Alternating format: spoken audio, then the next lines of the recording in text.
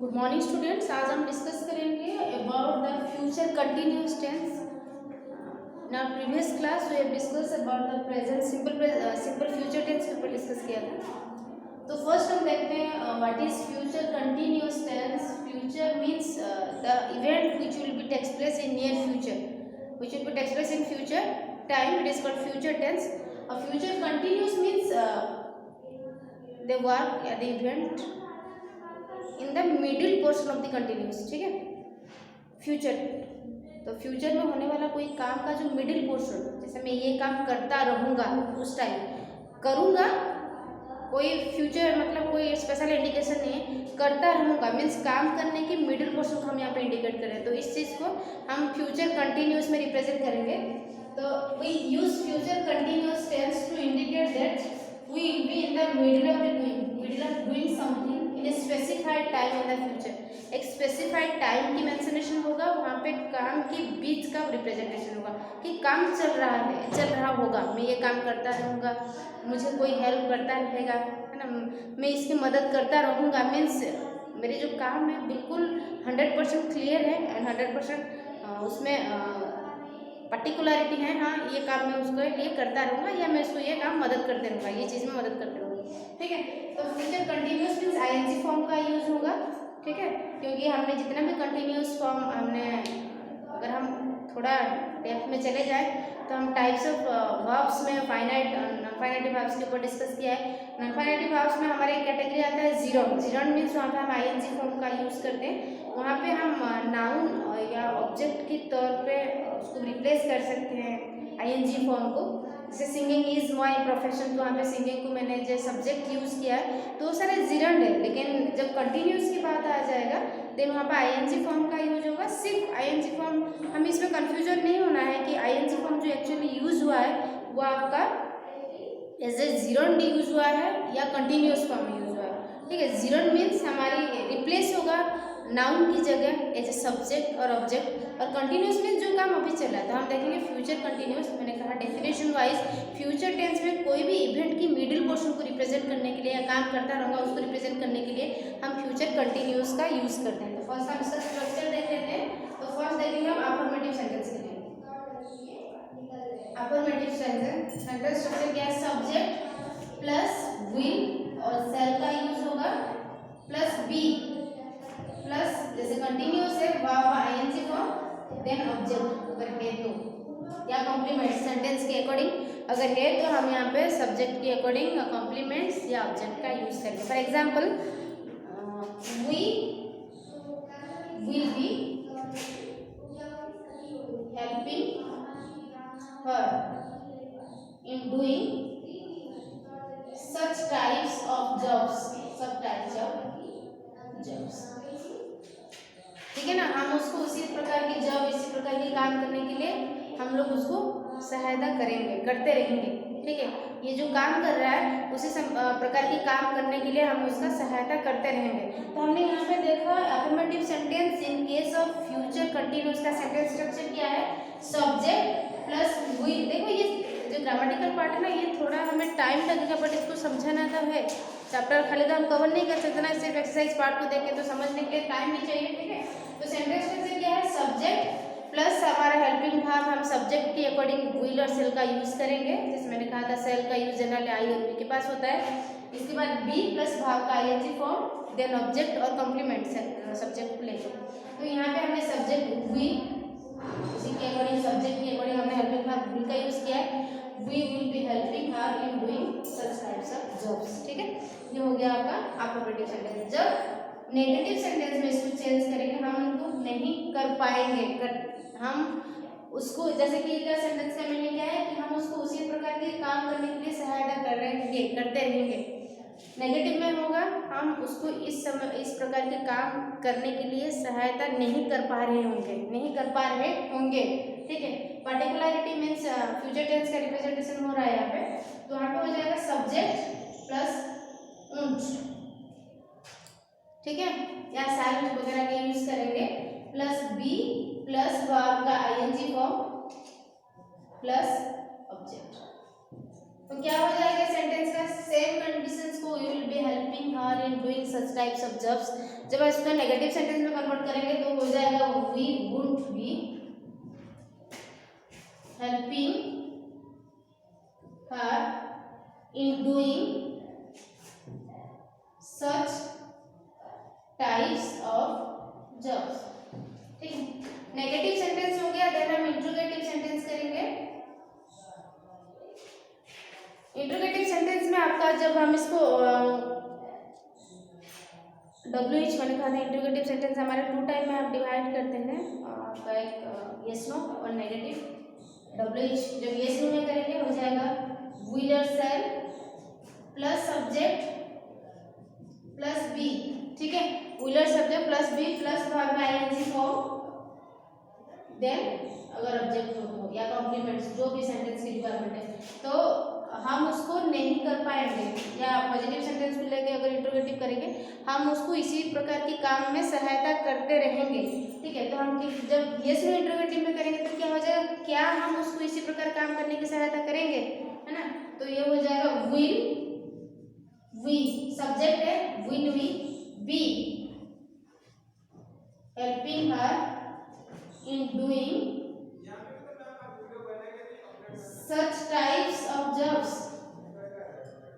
then question mark, क्योंकि interrogative sentence हम use कर रहे हैं। ठीक है, सेम कंडीशंस को जब हम WH वर्ड पे यूज करेंगे तो उसमें भी हो जाएगा WH वर्ड। हम जो हमारे एमोनिम यूज करेंगे WH वर्ड प्लस जो भी ए में रिमेनिंग था वो करके जाएगा। That is WH word plus will or shall plus subject plus be plus verb का ING फॉर्म, देन ऑब्जेक्ट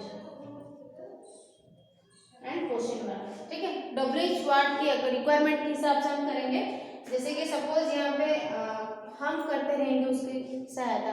अगर हम करेंगे कौन करता रहेगा, हम तो रिक्वायरमेंट के हिसाब से WH वर्ड्स का यूज करेंगे। कब कहाँ कैसे हो, अगर कहाँ का यूज होगा तो वेयर का यूज करेंगे। कौन करता रहेगा उनकी हम सहायता, तो इस कंडीशन में हो जाएगा who will। बाकी पूरा ऐसे रहेगा, जस्ट WH वर्ड के लिए हम क्या करेंगे, यस नो इंट्रोगेटिव से पहले जस्ट WH वर्ड को इंट्रोड्यूस करना है। अगर यहाँ पे कौन इनका सहायता करते रहेगा इसी टाइप के काम करने के लिए तो हो जाएगा who will be helping, करता रहा होगा helping her in doing such types of jobs। ठीक है, तो ये हो गया जब हम फ्यूचर कंटिन्यूअस को रिप्रेजेंट करते हैं in case of WH interrogative. ठीक है, इसके बाद होता है आपका इंट्रोगेटिव नेगेटिव। ठीक है, इंट्रोगेटिव नेगेटिव दैट मीन्स क्या हम नहीं कर पाएंगे या क्या हम फ्यूचर में उनको इसी प्रकार काम के लिए सहायता नहीं कर पाएंगे, इसको बोलेंगे हम नेगेटिव इंट्रोगेटिव या इंट्रोगेटिव नेगेटिव। नेगेटिव क्वेश्चन से इसमें आपका हो जाएगा विल शैल। ठीक है, प्लस इसके बाद आपका हो जाएगा subject plus not plus be plus verb में आ जाएगा ING को।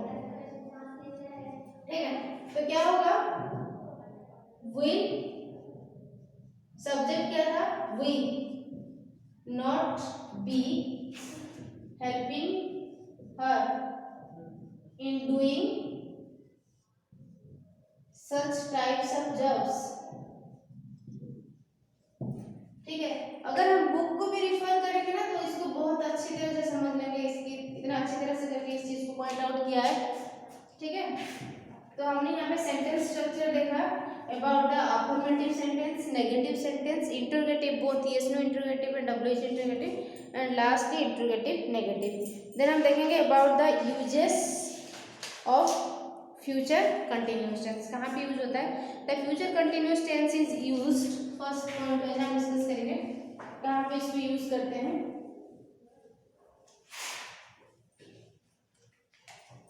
uses, फर्स्ट यूज है to express an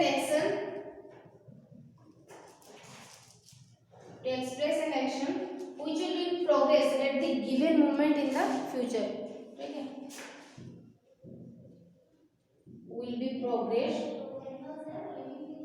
in a given moment।